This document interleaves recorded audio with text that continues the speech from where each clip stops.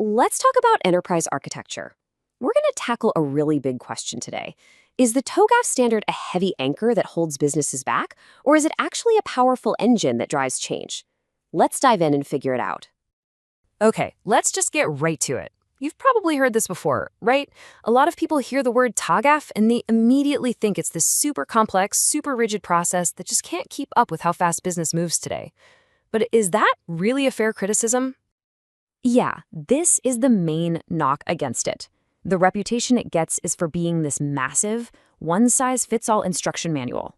The idea is that you have to do everything in the book, whether it makes sense for you or not. And that, of course, just leads to endless bureaucracy and slows everything down. But is that what it's supposed to be? Well, here's the kicker. This quote comes directly from the Open Group. You know, the people who actually created the TOGAF standard. They are flat out saying that a single, rigid approach is the wrong way to go. This completely flies in the face of that common myth and kind of tells us there's way more to the story. So let's just lay it out, side by side. On the left, you've got the myth. It's rigid, it's prescriptive, it's one size fits all. But the reality, what the creators actually intended, is for it to be adaptable and modular.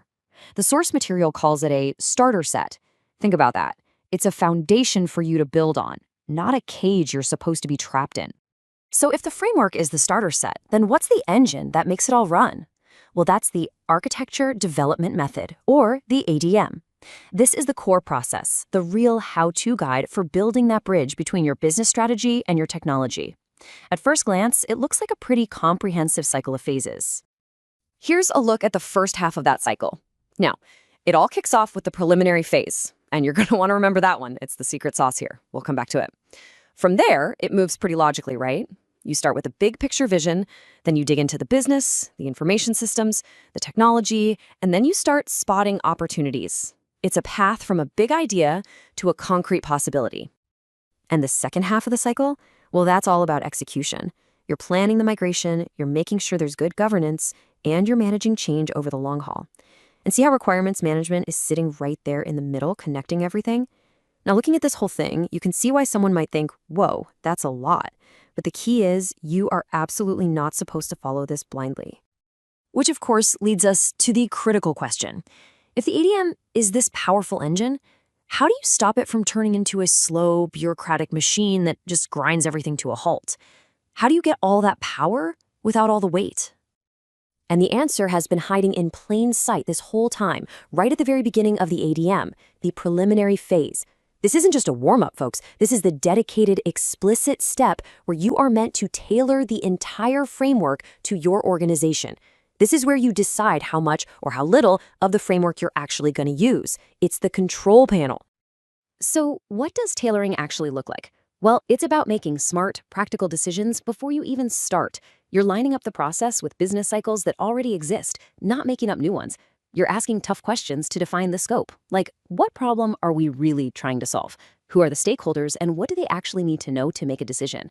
You're basically tuning the engine before you even turn the key. And this right here, this is the guiding principle behind all that tailoring. The goal is not to create some perfect, beautiful, all-encompassing architecture. No. The goal is to develop just enough architecture to solve the specific business problem you're looking at right now. It's all about being pragmatic and focused. To figure out what just enough means, you have to ask a fundamental question. What is the purpose of this architecture? The source material breaks it down into 4 different levels. Are you trying to inform high-level, long-term strategy, or are you supporting a portfolio of different initiatives? Maybe it's just for a single project, or maybe it's to guide the hands-on delivery of one specific solution. Each one of those needs a very different level of detail. And here's where it gets really practical. You see, you don't do architecture in a vacuum. You do it to inform specific decisions at specific times.